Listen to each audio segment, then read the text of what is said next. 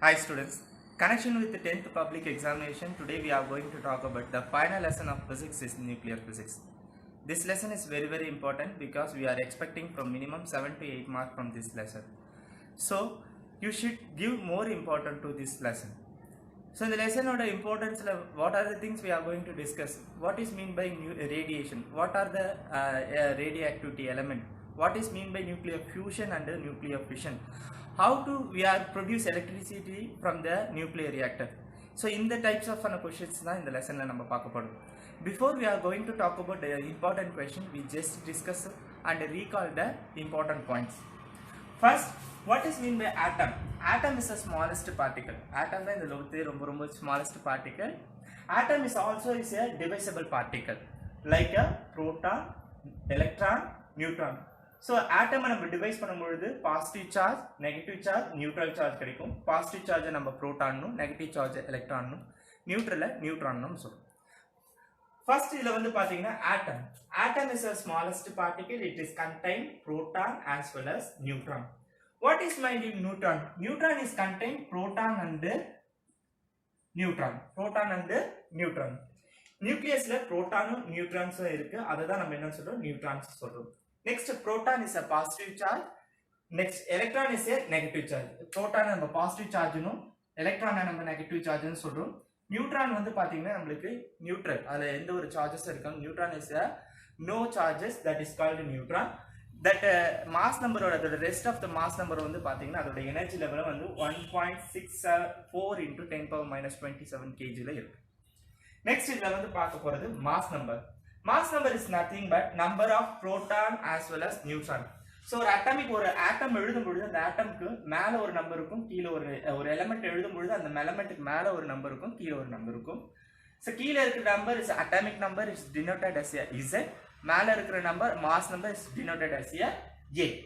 So atomic number நம்ம பார்க்கும் பொழுது atomic number is number of proton or number of electron. Atomic number number of proton சொல்லலாம், number of electron சொல்லலாம். ஒரு atom எடுக்கும் பொழுது அந்த atomல proton இருக்கும், electron இருக்கும், neutron இருக்கும்.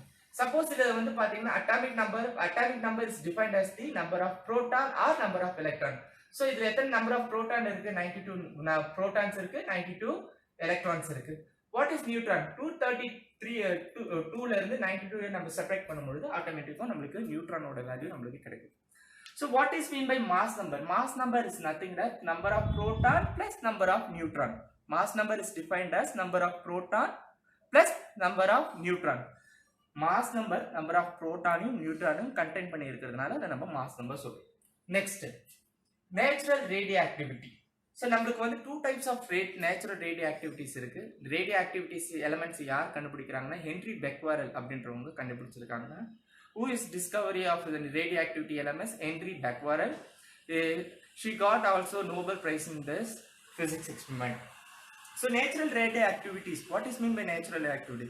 This phenomenon of the spontaneous emission of the substances, emission the radiation by its own. ஒரு எலிமெண்ட் தானாவே ஒரு ரேடியேஷனை வெளியே விட்டா அதை நம்ம நேச்சுரல் ரேடியோஆக்டிவிட்டிஸ்னு சொல்றோம். சில எலிமெண்ட்ஸ் வந்து பாத்தீங்கன்னா ரேடியோஆக்டிவிட்டி அதுவா வராது, நம்ம அதை இன்டியூஸ்ட் பண்ணும்பொழுது once we are going to induce the element that produce the radiation, it is called a artificial radiation.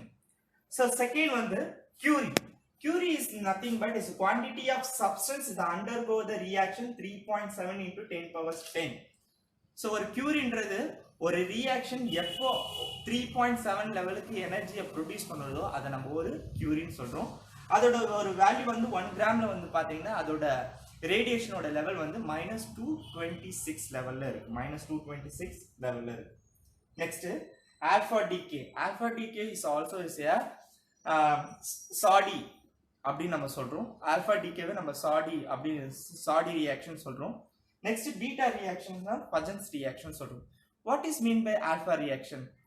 In the nucleus, in unstable nucleus emitted alpha particles and produce new doctor nucleus அப்படி form பண்ணும்போது நம்ம alpha particles சொல்றோம். அதாவது ஒரு அன்ஸ்டேபிளா இருக்கிற nucleus ஒரு ரியாக்ஷன்ல alpha ரேஸை வெளியிட்டு ஒரு டாக்டர் நியூக்ளியஸை ஃபார்ம் பண்ணணும்னா, ஒரு புதுசா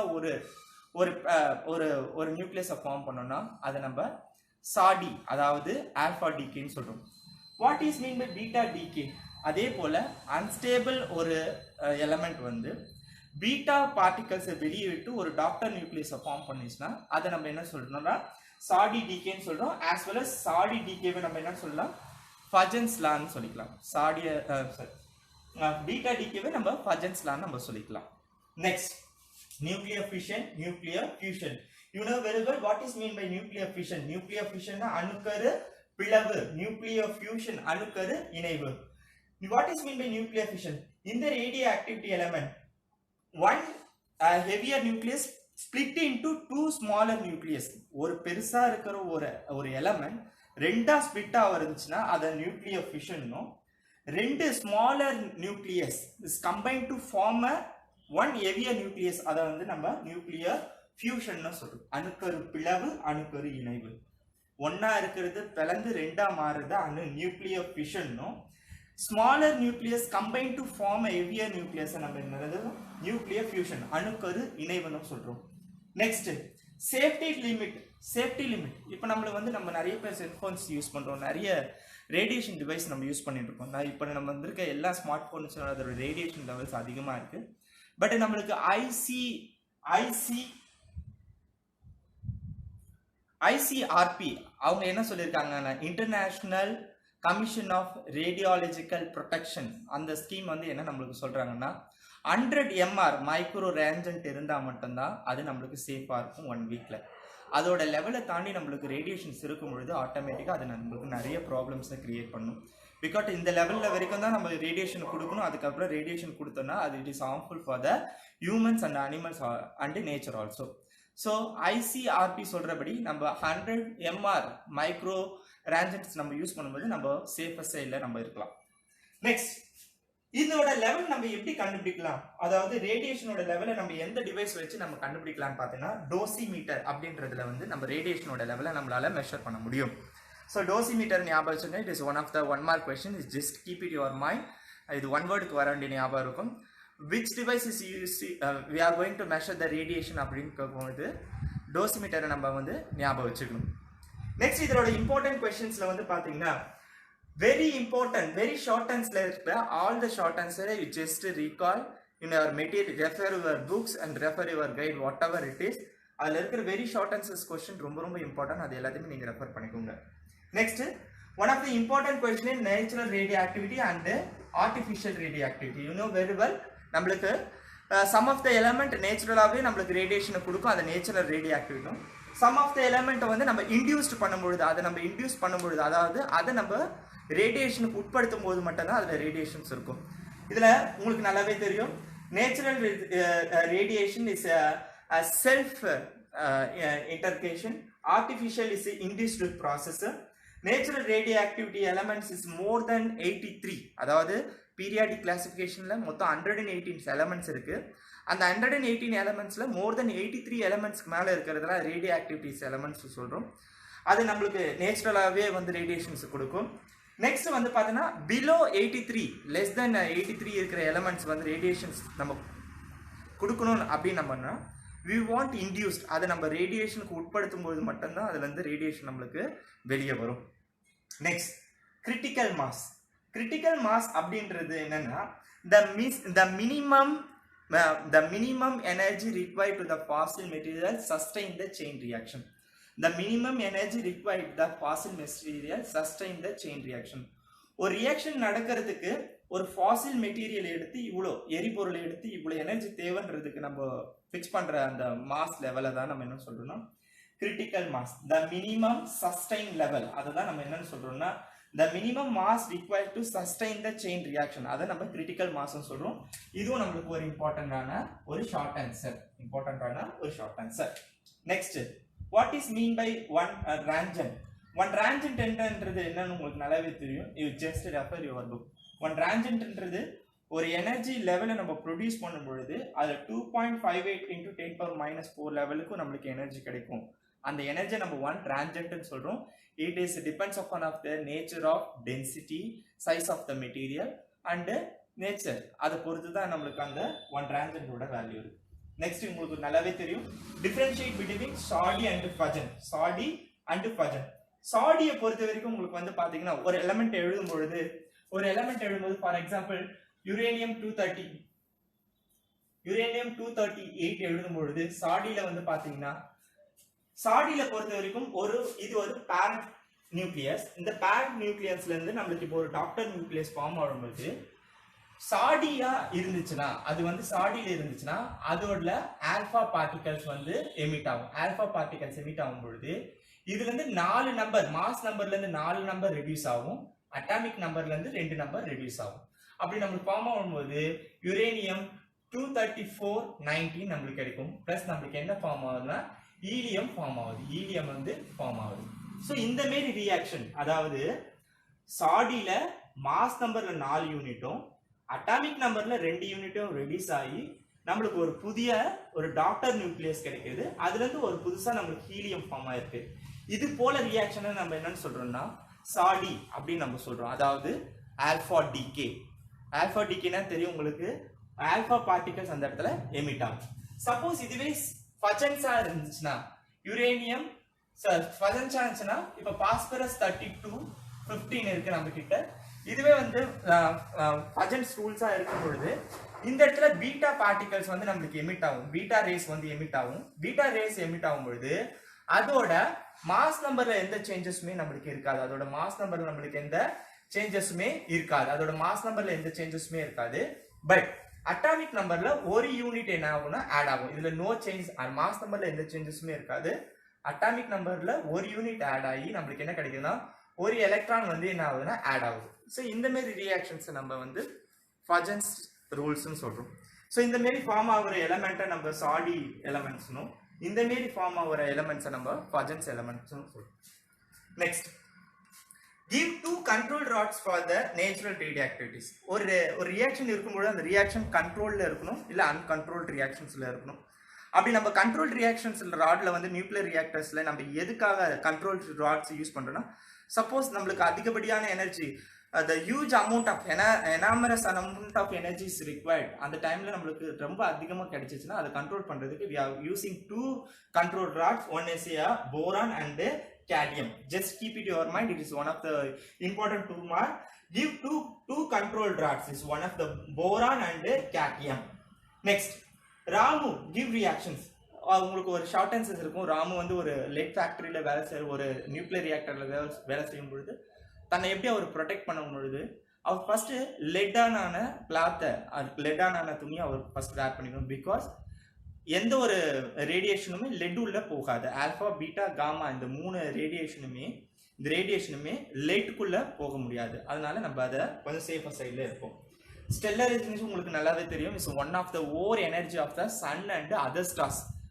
the enormous energy we are going to produce. So சன்னுலேருந்து ஸ்டாருக்கு, ஸ்டார்லேருந்து நம்மளுக்கு எனாமரஸான நியூக்ளியர் ஃபியூஷன் மூலமாக நம்மளுக்கு ஒரு எனாமரஸ் எனர்ஜி கிடைக்குது இல்லையா, அந்த எனர்ஜியை தான் நம்ம என்னன்னு சொல்லணும்னா ஸ்டெல்லர் எனர்ஜி கிடைக்கும். Stellar energy is nothing but is one of the or of the sun and other stars. So சன்லேருந்து அதர் ஸ்டார்ஸ்லேருந்து நம்மளுக்கு கிடைக்கிற ஒரு எனாமரஸ் எனர்ஜியை தான் நம்ம என்னன்னு சொல்கிறோம் stellar energy. Next, one important 2 mark, what are the isotopes we are going to use in the agricultures. நம்மளுக்கு இந்த ரேடியேஷன் நம்ம இதுக்காக மட்டும் யூஸ் பண்ணல, அக்ரிகல்ச்சர்ஸ்க்கு நம்ம நிறைய விஷயத்துல யூஸ் பண்றோம். ஃபார் எக்ஸாம்பிள் வந்து பாத்தீங்கன்னா பாஸ்பரஸ் 32 அப்படின்ற ரேடியோ ஐசோடோப்ஸ் எலமெண்ட்ஸ் வந்து பாத்தீங்கன்னா ப்ரொடக்டிவிட்டி ஆஃப் கிராப்ஸ், நம்ம கிராப்ஸை நம்ம நிறைய உருவாக்குறதுக்காக, நிறைய விவசாயத்தை பெருக்கிறதுக்காக, மகசூலை நிறைய கூட்டுறதுக்காக நம்ம யூஸ் பண்றது ஒன்று பாஸ்பரஸ் 32. உங்களுக்கு நல்லா தெரியும், ஒன் ஆஃப் த குட் ஃபெர்டிலைசராக நம்ம யூஸ் பண்ணிட்டு இருக்கோம். நெக்ஸ்ட் வந்து பார்த்தீங்கன்னா இந்த ரேடியோ ஆக்டிவிட்டிஸ் எலமெண்ட்ஸ் நம்ம அந்த ஃபீல்டில் நம்ம யூஸ் பண்ணுறது இன்செக்ட் அண்ட் பேட்டிசைட்ஸை வந்து அங்கே இருக்கிற பூச்சிகளை அதெல்லாம் எல்லாத்தையும் நிறைய பாக்டீரியாஸ் எல்லாம் சாவடிக்கிறதுக்கு வந்து நம்ம என்ன யூஸ் பண்ணுறோம்னா இந்த ரேடியோ ஆக்டிவிட்டி எலமெண்ட்ஸை யூஸ் பண்ணுறோம். You just refer all the points in your material. நாங்கள் சொல்கிறது மட்டும் கிடையாது, நீங்களும் உங்களோட புக்கை எடுத்து கொஞ்சம் ரெஃபர் பண்ணி பாருங்கள். Next, explain the control and uncontrolled chain reaction. Just refer your books. Controlled reaction பொழுது நம்மளுக்கு வந்து பாத்தீங்கன்னா ஒரு ரியாக்ஷன்ல இருந்து ஒரு பாயிண்ட்ல இருந்து ஒன்று மட்டும் தான் வரும். It is a control reaction. அதுல இருந்து நம்மளுக்கு எனர்ஜி ஃபார்ம் ஆகாது. அதை நம்ம கண்ட்ரோல் ரியாக்ஷன் சொல்றோம். அன்கண்ட்ரோல் ரியாக்ஷன் நம்ம சொல்லும் பொழுது ஒரு எலமெண்ட்ல இருந்து அது ஸ்பிளிட் ஆகி அதுல இருந்து 2 வரும். அது ஸ்பிளிட் ஆகி அப்படியே நம்மளுக்கு எனர்ஜி ஃபார்ம் ஆகிட்டே இருக்கிறதுக்கு பேர் தான் நம்ம என்னன்னு சொல்றோம்னா அன்கண்ட்ரோல்ட் ரியாக்ஷன். கண்ட்ரோல்ட் ரியாக்ஷன் நம்ம கண்ட்ரோலில் வச்சுக்க முடியும், அன்கண்ட்ரோல்ட் ரியாக்ஷன் நம்ம கண்ட்ரோலில் வச்சுக்க முடியாது. For example uncontrol reaction example is atom bomb. Atom bomb பார்த்தீங்கன்னா சின்னதாக இருக்கும், ஆட்டம் பாம் வெடிச்சோன்னா அதுலேருந்து ஒரு பெரிய எனர்ஜி வெளியே வரும், அந்த எனர்ஜி நம்மளால கண்ட்ரோல் பண்ண முடியாது. ஸோ அதை நம்ம அன்கண்ட்ரோல் ரியாக்ஷனுக்கு நம்ம எக்ஸாம்பிளாக எடுத்துக்கலாம். Next very important detail is properties of alpha, beta, gamma. You just refer this key point. இந்த key point மட்டுமே நீங்க எழுதினா கூட உங்களால கண்டிப்பா ஒரு 7 மார்க் இல்ல 5 மார்க் இல்ல 4 மார்க் உங்களால எடுக்க முடியும். ஆல்ரெடி நம்ம நிறைய வாட்டி டெஸ்ட் எழுதிருக்கோம், இதுல இருக்கிற எல்லா டீடைல் அண்ட் ஷார்ட் ஆன்சர் இருக்கும். இது ஜஸ்ட் உங்களோட எஃபர்ட் மூலமா நீங்க கொஞ்சம் ரீகால் பண்ணீங்கன்னா இன்னும் கொஞ்சம் பெட்டரா இருக்கும். First charge.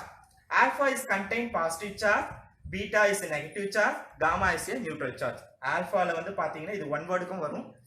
ஆல்பா சார்ஜஸ்ல வந்து alpha is a positive charge, beta is a negative charge, gamma is a positive and a negative charge. That is called neutral. Ionization power. Ionization power is high, low, very low. Ionization power னா என்னதுன்னா உங்களுக்கு வந்து பாத்தீங்கன்னா அது கூட mix ஆகும், ஒன்னு கூட சேர்ந்து இன்னொன்னு ப்ரொடியூஸ் ஆகுறது. அயனைசேஷன் பவர் இன்னொன்னு கூட மிக்ஸ் ஆகுறது. அதோட ஆல்பா வந்து சீக்கிரமாவே மிக்ஸ் ஆயிடும், இது கொஞ்சம் லோவா இருக்கும். பீட்டா காமா வந்து பாத்தீங்கன்னா ரொம்ப லோவா இருக்கும். Next penetrating power. Penetrating power, what is mean by penetrating power? ஊடுருவும் தன்மை. ஒரு உடம்புக்குள்ள ஊடுருவ தன்மை எப்படி இருக்குன்றத பொறுத்து தான் அதோட பெனிட்ரேட்டிங் பவர். அப்படி நம்ம பார்க்கும் பொழுது ஆல்பாவோட ஒரு ஊடுருவும் தன்மை ரொம்ப லோவா இருக்கு, பீட்டாவது கொஞ்சம் மாடரேட்டா இருக்கு, காமாவது ரொம்ப வெரி ஹையா இருக்கு. ஏன்னா காமா ரே ரொம்ப ஹார்ம்ஃபுல். இந்த ஆல்பா பீட்டா காமா நம்ம எடுக்கும் பொழுது ஆல்பா ரே தான் ரொம்ப நம்மளுக்கு ரொம்ப ஹார்ம்ஃபுல்லாக இருக்குது. ஏன்னா அது ஹியூமன் பாடி வழியாக போச்சுன்னா ஒன்ஸ் நம்மளோட நர்வ்ஸ் எல்லாமே கட் ஆகிடும். Next effect of electricity and magnetic. இப்போ effect of magnetic and electricity வந்து பார்த்தீங்கன்னா நம்ம கிட்ட ரெண்டு ஃபீல்டு இருக்கும், one is magnetic field and one is electric field. ஆல்பாவில் வந்து பார்த்தீங்கன்னா ஆல்பாவில் வந்து பார்த்தீங்கன்னா ரெண்டு மேக்னெட்டிக் ஃபீல்ட்லேயும் சரி எலக்ட்ரிக்கல் ஃபீல்ட்லையும் ஆல்பா வந்து டிஃப்ளெக்ட் ஆகுது. ஒரு ஆல்பா பார்ட்டிகல்ஸ் வரும்பொழுது அந்த இடத்துல ஒரு மேக்னெட்டிக் ஃபீல்டு இருந்தாலோ இல்லை எலக்ட்ரிக்கல் ஃபீல்டு இருந்தாலோ அந்த சைடு போகாமல் அது கட் ஆகி போயிடுது. அதுவே பீட்டாவில் வந்து பார்க்கும்பொழுது நம்மளுக்கு வந்து பார்த்தீங்கன்னா ஆல்பா பீட்டா ரேல வந்து ஆல்பா ரே டிஃப்ளெக்ட் ஆகுது, ஆனால் எதுக்குன்னா ஆப்போசிட் டு த ஆல்பா ரே. அது போயிட்டு ஆப்போசிட் ஆல்பா ரேக்கு ஏற்ற மாதிரி பீட்டா ரே என்ன ஆயிடுதுன்னா டிஃப்ளெக்ட் ஆகிட்டு வந்தது. ஆனால் காமா ரே நம்ம எடுத்துக்கும் பொழுது the gamma rays is having no deflection. அது யாரையும் செட்டப் பண்ணுறது இல்லை, மேக்னெட்டிக் ஃபீல்டுக்கும் சரி எலக்ட்ரிக்கல் ஃபீல்டுக்கும் படி எந்த ஃபீல்டுக்குமே அது என்ன ஆகுறது இல்லை, செட்டப் பண்ணுறது கிடையாது. அதையும் அது பெனிட்ரேட்டிங் பவர் மூலமாக கேரி ஃபார்வேர்டாகவே போயிடுது. ஸோ இதில் ரொம்ப இம்பார்ட்டன்ட் வந்து பார்த்தீங்கன்னா இந்த effect of electrical and magnetic field. Alpha both ஃபீல்ட்லையும் டிஃப்ளெக்ட் ஆகும், பீட்டா வந்து டிஃப்ளெக்டட் ஆகும் but opposite the alpha ray. Gamma ray never deflected in the both field. Next speed. இதோட ஸ்பீட் வந்து பார்த்தீங்கன்னா 1/10 அண்ட் 1/20 இந்த லெவலில் இருக்குது. பீட்டாவோட லெவல் வந்து 9/10, அதாவது 10/9 பார்ட் லெவலுக்கு வந்து கொஞ்சம் ஸ்பீடாக இருக்குது. காமாவோட லெவல் ஸ்பீட் ஆஃப் லைட் 3 × 10⁸ மீட்டர்/செகண்ட். இந்த உலகத்திலே ரொம்ப ஸ்பீடானது எதுன்னு பார்த்தீங்கன்னா நம்ம லைட்டோட எனர்ஜியை தான் நம்ம எக்ஸாம்பிளுக்கு எடுப்போம். ஏன்னா பீட்டாவில் அவ்வளோ ஸ்பீடாக வந்து ட்ராவல் ஆக முடியாது, பிகாஸ் அதோட ஸ்பீடு வந்து compare to speed of light 3 × 10⁸ metre per second. You just refer your books and materials. Next, one of the important question is explain the nuclear reactor. So உங்களுக்கு நியூக்ளியர் ரியாக்டர் நம்மளுக்கு இப்போ கல்பாக்கத்தில் இருக்குது, காமினி ரியாக்டர் நியூக்ளியர் ரியாக்டர் இருக்குது. அந்த nuclear ரியாக்டரில் எப்படி வந்து நம்ம energy எடுக்கிறோன்னா அதுலேயே நம்ம ஃபாசில் மெட்டீரியல்ஸ் யூஸ் பண்ணி ஒரு ரேடியோ ஆக்டிவிட்டிஸ் எலமெண்ட்ஸ் மூலமாக நம்ம வந்து அங்கே ஒரு நியூக்ளியர் ஃபியூஷன்ற ஒரு கண்டிஷனை வச்சு அங்கே அணுக்கரு பிளவு மூலமாக நம்ம வந்து ஒரு எனர்ஜியை நம்ம ஃபார்ம் பண்ணுறோம். ஸோ அதோட ஸ்ட்ரக்சர்ஸ் நம்ம நிறைய வாட்டி ட்ரா பண்ணியிருக்கோம் கிளாஸ் ரூம்ஸில். We done so many time all the points. இதில் வந்து பார்த்தீங்கன்னா கண்ட்ரோல் ராட்ஸ் இருக்குது, மாடரேட்டர், ஃபியூல், ஹீட் எக்ஸ்சேஞ்சர் இருக்குது, water, steam, dynamo, power transmission, water இருக்கு. இது ஜஸ்ட் யுவர் கீவேர்ட்ஸ் ஆஃப் ஒரு மெட்டீரியல். ஃபர்ஸ்ட் இதில் ஃபியூல் வந்து fossil materials we are using the fuel. Fossil material அதாவது நிலக்கரி, அது போல் நம்ம ஃபாசில் மெட்டீரியல்ஸை நம்ம ஃபியூலாக யூஸ் பண்ணுறோம். Why we are using the moderator? Suppose நம்மளுக்கு வந்து பார்த்தீங்கன்னா எனர்ஜி லெவல் அதிகமாக இருக்கும் பொழுது அது கம்மி பண்ணுறதுக்கும், இல்லை எனர்ஜி லெவல் கம்மியாக இருக்கும் பொழுது அது அதிகமாக பண்ணுறதுக்கும் we are using the moderator in the nuclear reactor. What is mean by control rod? You know very well what is mean by control rod. Control rod, suppose நம்மளோட எனர்ஜி லெவல் அதிகமாகுது, அதை control பண்ணுறதுக்கு என்ன control rod தேவை. Suppose கம்மியாகுதுன்னா அதை control பண்ணுறதுக்கு நமக்கு control rod தேவை. Next coolant, suppose heat energy அந்த இடத்துல நிறைய ப்ரொடியூஸ் ஆகும்பொழுது நம்ம அந்த இடத்துல கூலண்ட்டை நம்ம யூஸ் பண்ணியே ஆகும்.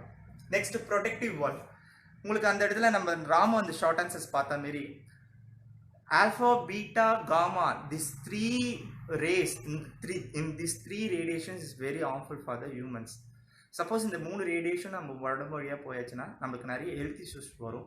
ஸோ அதை நம்ம ப்ரொடெக்டிவாக நம்ம யூஸ் பண்ணோன்னா நம்ம நிறைய மெடிக்கல் அப்ளிகேஷன்ஸ்க்காக நம்ம யூஸ் பண்ணிக்கலாம்.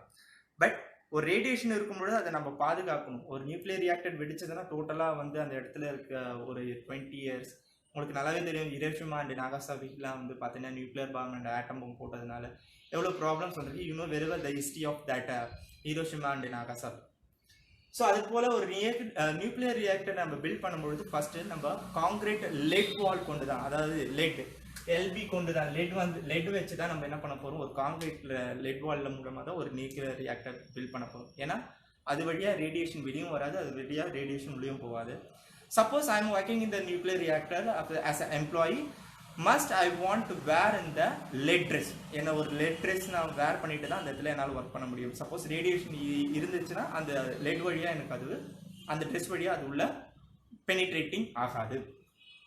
ஸோ இதில் வந்து பார்த்தீங்கன்னா இந்த இடத்துல நமக்கு வந்து ஒரு நியூக்ளியர் ரியாக்டர் இருக்குது. அந்த நியூக்ளியர் ரியாக்டரில் சம் எலமெண்ட்ஸை போட்டுட்டு யுரேனியம் பார்ட்டிகல்ஸை போட்டு அது ஒரு நியூக்ளியர் ஃபிஷன் நம்ம ஃபார்ம் பண்ணுறோம். அந்த நியூக்ளியர் ஃபிஷன்லேருந்து வர எனர்ஜி வந்து என்ன ஆகுதுன்னா ஒரு வாட்டரை நல்லா ஹீட் பண்ணுது. அந்த வாட்டர் ஹீட் ஆகும் பொழுது அதுலேருந்து நம்மளுக்கு ஸ்டீம் எனர்ஜி வருது.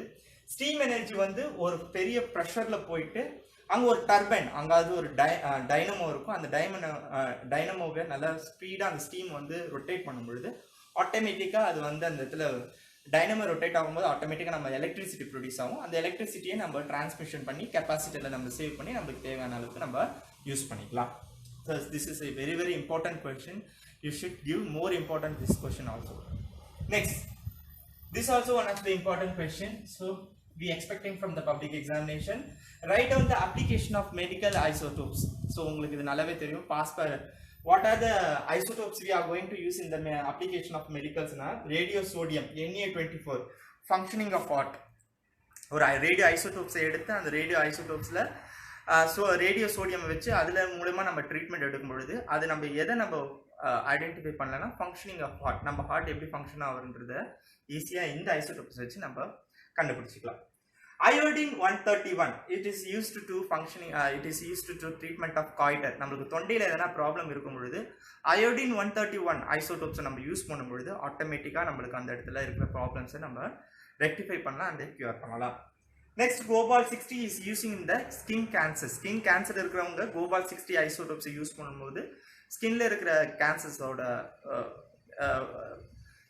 இது என்ன ஆகும்னா கிளியர் ஆகிடும், ப்ராப்ளம்ஸ் கிளியர் ஆகிடும்.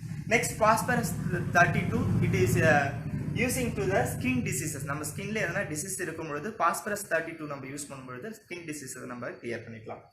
Next, this kind of isotopes used to surgical devices, germs and microbes. இந்த ரேடியோ ஐசோடோப்ஸ்லாம் நம்ம யூஸ் பண்ணும்பொழுது நம்மளுக்கு இருக்கிற germs, நம்ம உடம்புல இருக்கிற எதனா பாக்டீரியா அது போல் ஈஸியாகவே அழிச்சிடும்.